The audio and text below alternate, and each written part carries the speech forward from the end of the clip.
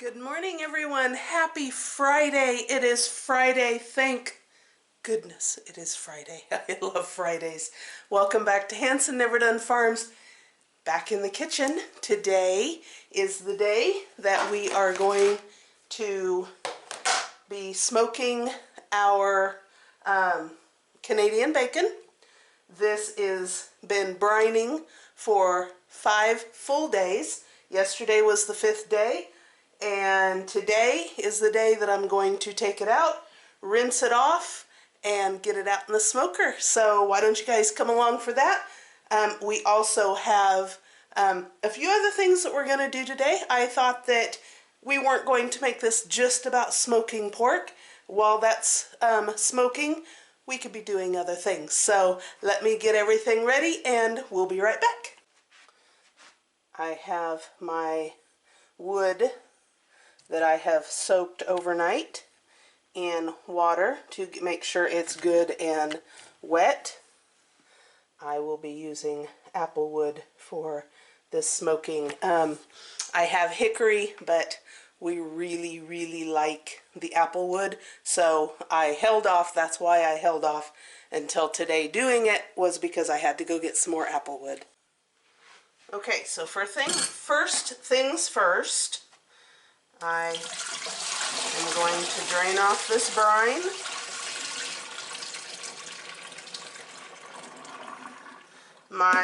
I will put a link in the description below for the recipe I used.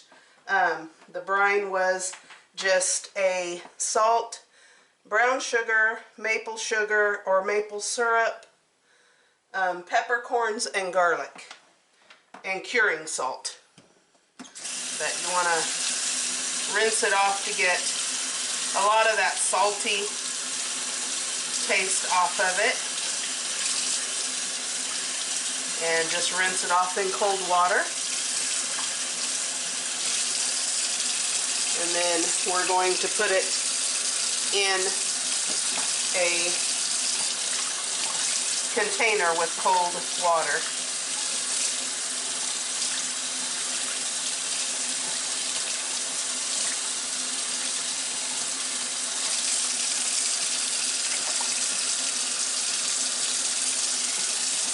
Okay, so as you can see, I have both pieces submerged in water. I did hold back one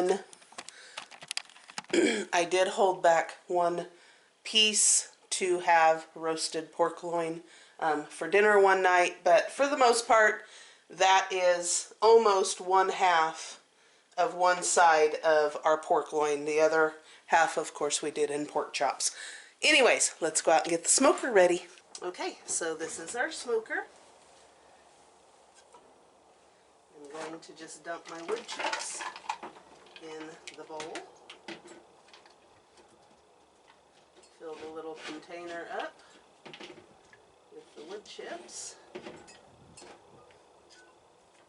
And the reason you soak your wood chips is so that they don't burn too fast. This is going to cause them to put off more smoke and not just catch on fire and burn. I also have a piece of tin foil that I'm going to use to catch any drippings because I don't want it making a mess down there.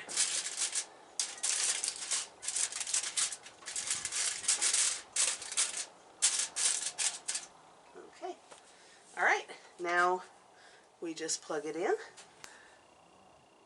I want my temperature to be set to 200, and once it starts smoking and the temperature is set, I'll come out, put the pork loin in, and yeah, get it going. All right, so while we're waiting for the smoker to get to temperature and the pork to soak for the 30 minutes, you guys once again would like to go over my kitting kit. It's time, guys. It's time to put it together, get things organized. So let me set you guys up and we'll get started. Okay, let's try it like this. You guys can't see everything, but at least I can maybe show you a few things. As you all are aware,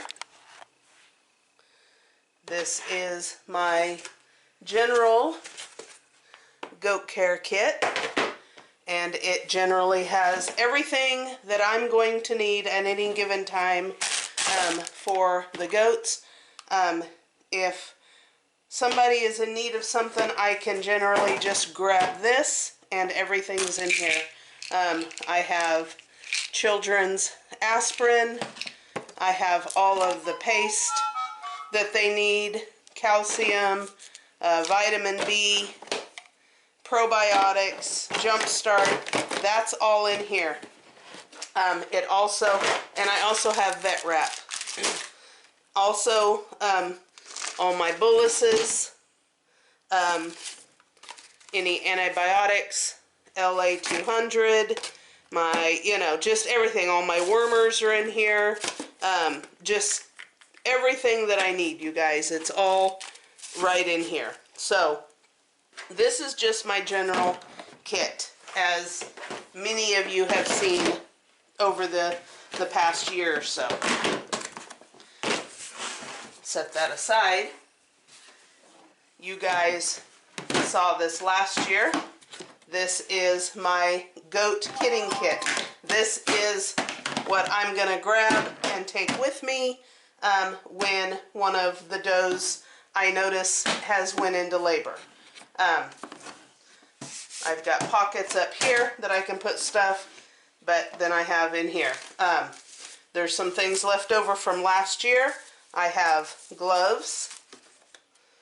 I have my iodine plus just a ramekin cup to dip cords. I will be sanitizing these again, even though they were sanitized and put away. I will sanitize again. I have our nose plunger, a clean pair of scissors, and then just a little syringe to, if I need to dose anybody by mouth with something. I have paper towels in there, and I also have a clean syringe, brand new, with the needle. And that is, again, just in case. The one thing that I added last year that thankfully I never needed was a kid puller. This is one of those things you have on hand and hope you never need it, rather than need it and don't have it. It's just, there is directions on how to use it on the website. It's the Kelly's Kid Puller. Anyways, that is in there and ready to go.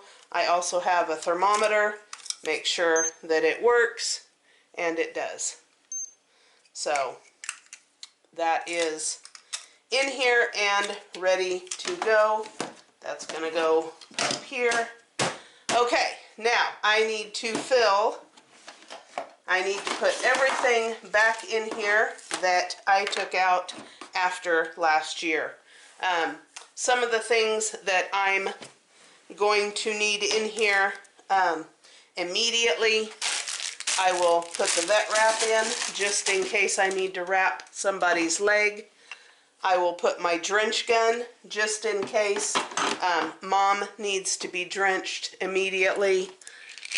I'll put a little bottle of chewable aspirin in, and this is something that I would probably, because goats generally won't, eat this kind of stuff.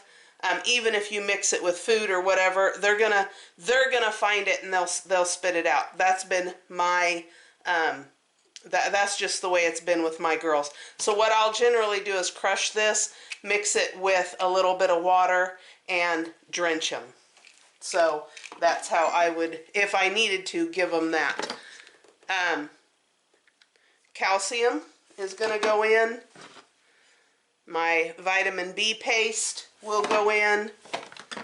Of course, my Jumpstart will go in.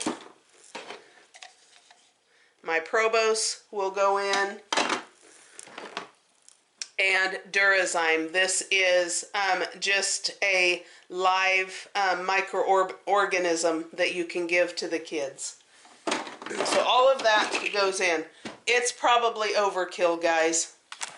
And also, you guys saw this. I told you about it last year. This has just got a thermometer, a little syringe, and a bottle. We'll see. Like I said, I bought it mostly for that thermometer. So that's going to go in. Okay, that is everything in my kidding kit. Done.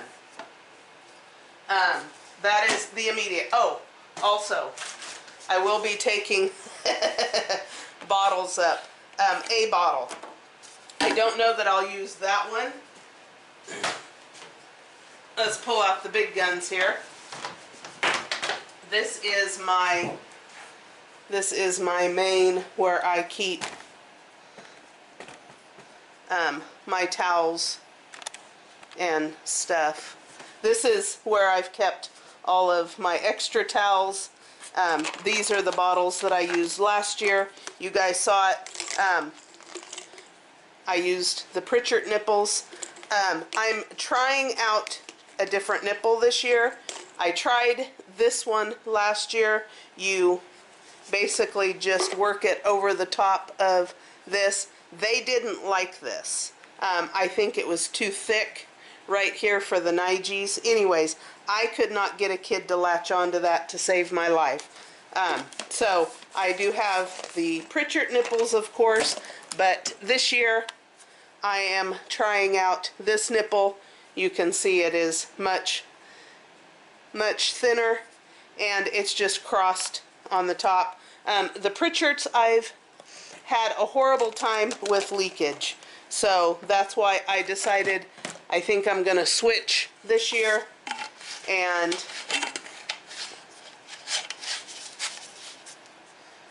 do it this way. Now, because I am who I am, I can't buy just one. I don't know how many kids I might be bottle feeding this year, so I actually got 3 bottles and 3 replacement nipples. So, anyways, in here I have a new box of disposable gloves. I've got towels. I've got more nipples. I've got my trusty hand warmer pack that I did not use last year, and just lots of extra towels and washcloths. These I will cut down because I only want them to be about this, you know, the size of a hand towel. I don't want them any bigger than that. So some people like to use puppy pads. I have never been fortunate enough to be able to use them. My girls tend to get up and move as soon as I put them down, and it becomes a game of chasing them with a puppy pad. So I just quit using them and just clean up after them immediately. So anyways, that is this is going to go up, and it will stay in the barn ready to go. One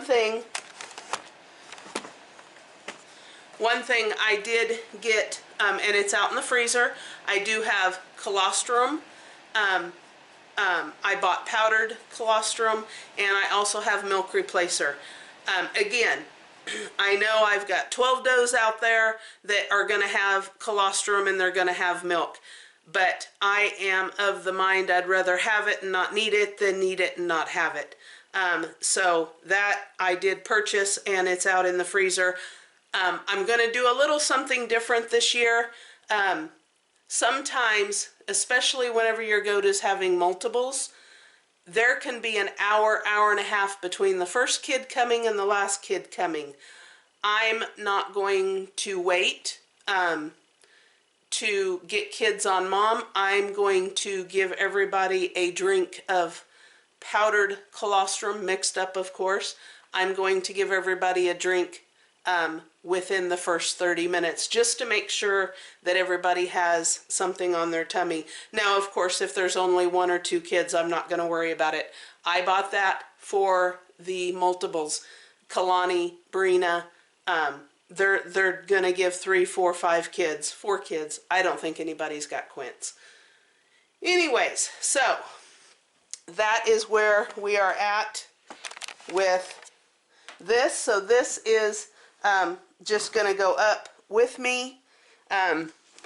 Probably take it up about a week before, a couple days before their due date, and just have it up there so I'm not having to worry about taking so much. I can just take my kidding kit.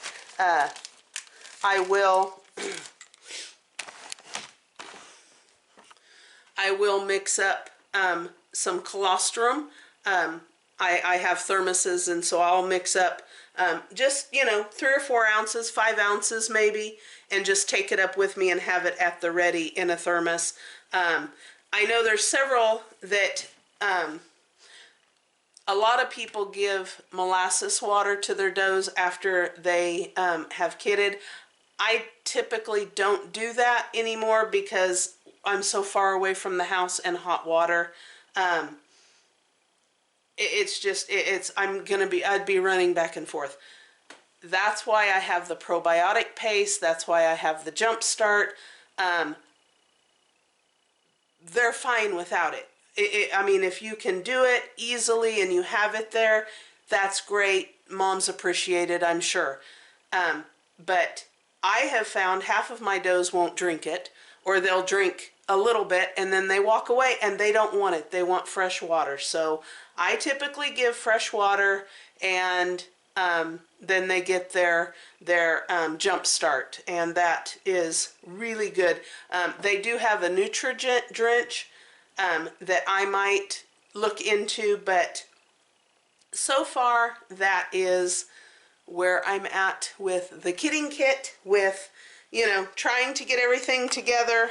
We are 9 days, guys. Today is 9 days from both Annie and Maggie's due date. So we got to get through it. We're supposed to be beautiful today and tomorrow, and then Sunday we have another system coming through, and all next week, or part of next week, we're supposed to stay below freezing even during the day. It looks like after the 9 days, after next weekend, we start coming out of it and our nice temperatures return. So let's cross our fingers and hope that that's the case. Okay guys, so we are at temperature. We're actually above, but once I open this door, that all will change. And we're just going to put our meat in. And that's it, y'all. Shut the door, and I'm going to turn this down to medium, and then I'm going to keep my eye on the smoker. Okay, so this is going to smoke for 2 to 3 hours. We want an internal temperature of 140, and we're going to do it at 200 degrees. Once we get 200 degrees, then I can regulate, but we're just going to watch and get that up. Alright, so you guys see what's in my kidding kit. We are ready to go. Ready to go. Like I said, we'll come out and sanitize the few things that need to be sanitized as we get closer, but I'm confident that we have everything we need. So now we're just going to wait for that meat to get done. I'm going to clean up my mess, and I think I'm going to do some seed starting. Okay, it is time to start some seeds, you guys. If you follow Living Traditions Homestead, Kevin and Sarah, They just put out a video the other day about starting seeds to grow in your greenhouse. I wanted to try growing tomatoes and peppers this year in the greenhouse. I'll have some in the greenhouse, some in the garden, and I just kind of want to see which ones do better. And so following their lead, I'm going to start tomatoes and peppers today, you guys. January 27th, and this is different for me. In Oregon, I never seed started until the middle of February because we couldn't plant out in the garden until May. We're a month early here in Oklahoma. We can generally start planting the middle of April. So let's get started. First off, I'm going to do tomatoes. I have got several packets because there's some that are tried and true and I'm going to replant, but I've got a few different varieties that I want to try this year. So first up is just a it's just a cherry type tomato, and it is the yellow pear. This is wonderful for salads or just snacking. I'll go out and just grab a handful, you know, to munch on while I'm checking everything over. I have not had any problems with my seeds germinating. I do buy the majority of my seeds, you guys, from M.I. Gardener. I love the company. I love what they stand for, and their seeds are inexpensive compared to other seeds that I've come across. I'm not opposed to buying seeds from others, and I have, but you will find the bulk of my seeds are just purchased through M.I. Gardener. Anyways, I'm going to just take a pen, pencil, whatever, and pre-do some holes. I have pre-soaked my soil. I'm using just a general potting soil mix. That's all we need for seed starting. This happens to be Miracle Grow. It's what I had on hand. I don't need to worry about, you know, a real, you know, I don't worry too much about my seed starting soil as long as it's just a good soil. And so I'm going to do just 2 seeds.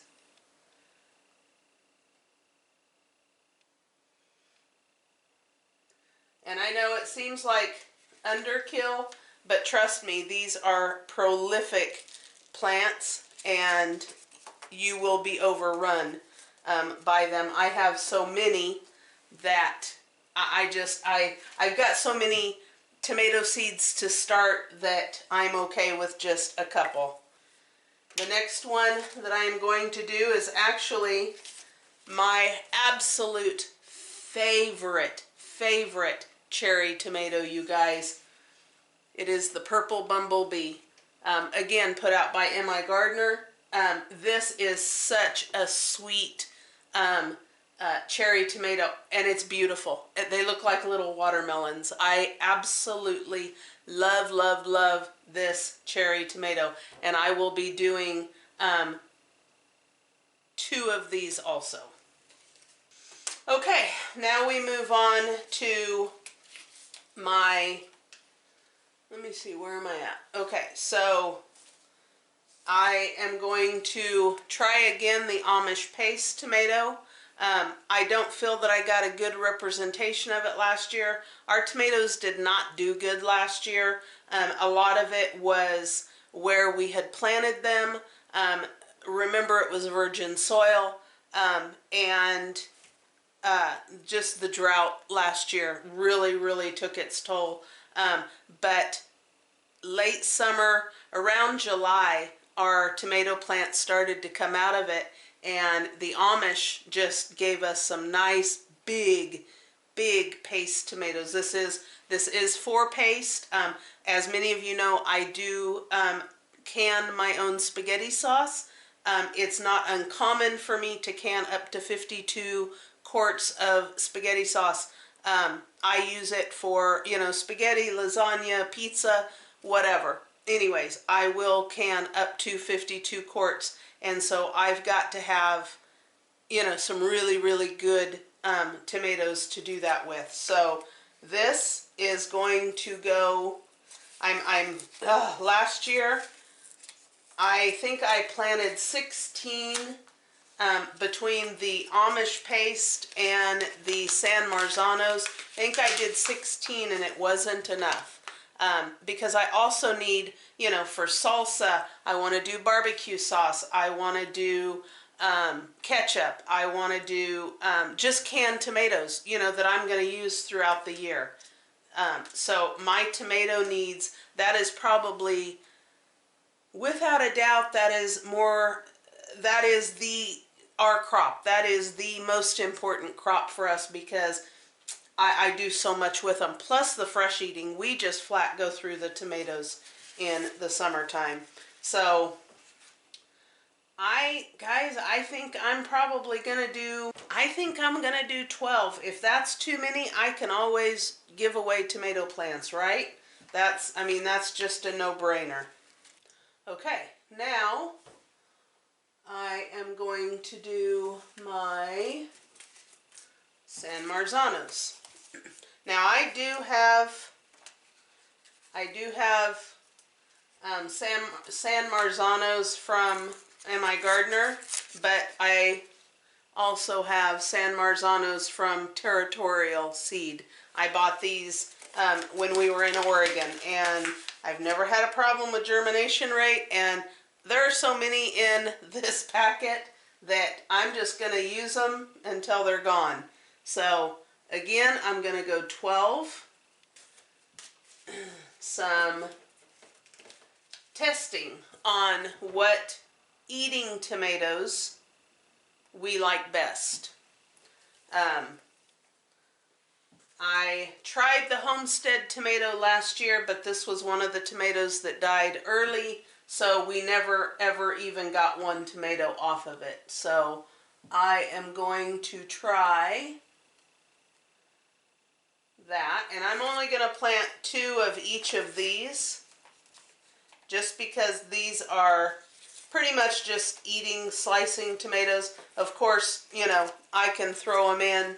If they do well, I can always throw them in for canned tomatoes or tomato sauce or whatever.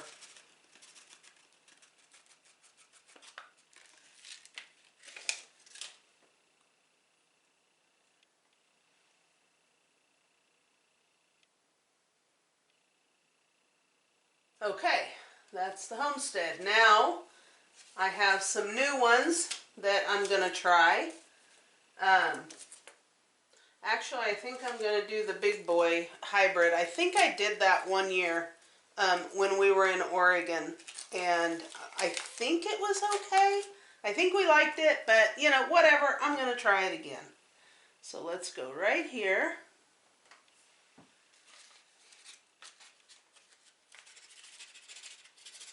This is just, you know, mostly, guys, it's a test to see which ones we like better.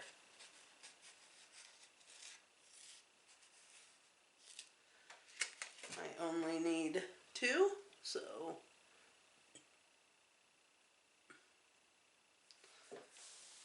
and that is Burpee. Those I got from Burpee. Now, guys, these seeds, this is 2018. I freeze my seeds. I vacuum seal all my packets and I freeze it.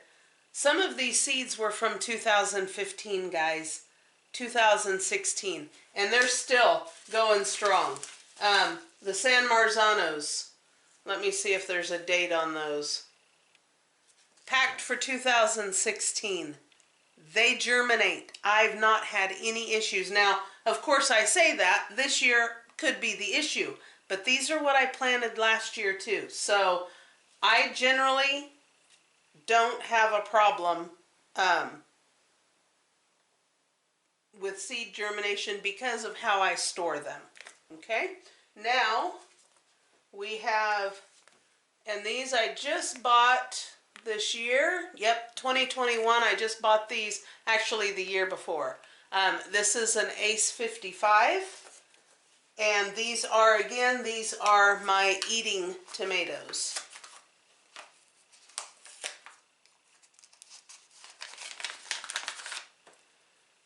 Make a couple holes.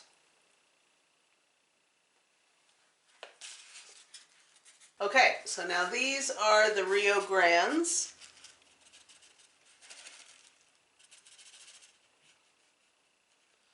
And I only need 2.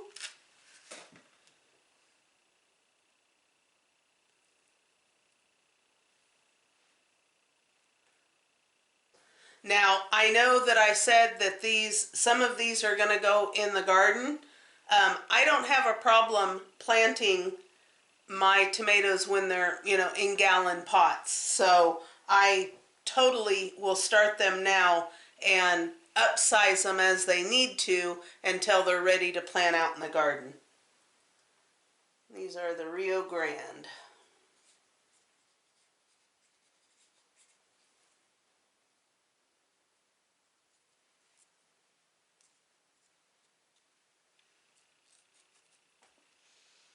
Okie dokie.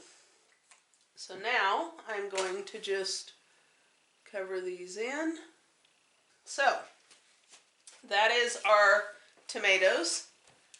And so I can put these all to the side. And now it's our peppers. I did no salsa last year, and so I am definitely going to be doing salsa this next year. I definitely want to do cowboy candy this next year.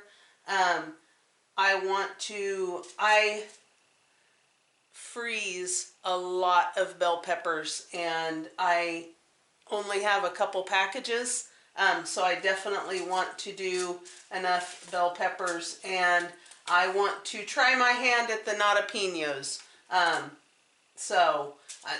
Jeff is not, he doesn't like a real spicy pepper, but those would be really good to do some jalapeno poppers. He would probably like that better than he would with the jalapenos. So anyways, that is my plan. I've got Anaheims, I've got bell peppers, I've got pimento peppers, and I've got jalapenos. Now we'll check back in. I think all of these are, germination is 10 to 14 days generally, 7 to 14 days, 7 to 10 days. Let's see what the jalapenos are. This one doesn't say. Oh, right there.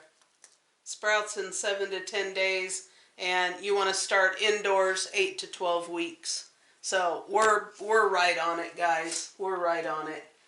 Anyways, that's going to do it for these. I'm going to set these in front. I'm going to clear off a spot back here, and this is where the seeds are going to set. That is the warmest part of the house. That is the one thing that I have noticed between our place here and our place in Oregon. In Oregon, everything, all of our living room, everything open to the south, and right by the wood stove is where I always started my seedlings and never had a problem. I had a hard time last year, and so this year I'm going to try and just start them right here. This is good sun right here, and we shouldn't have a problem with the sunlight and everything. So let me get this set up, and then we'll go out and check on the Canadian bacon. Okay, so as you guys can see, that is probably the best place for them. They're going to get lots of sun there. So let's go out and check the Canadian bacon. Alright guys, we're looking for an internal temperature of 140. And we got it, guys. We got it. Alright, I'm going to get these out and then we'll get back to you. The Canadian bacon is done. I am going to let it rest for a little bit out here and then put it in the fridge to completely cool before slicing it.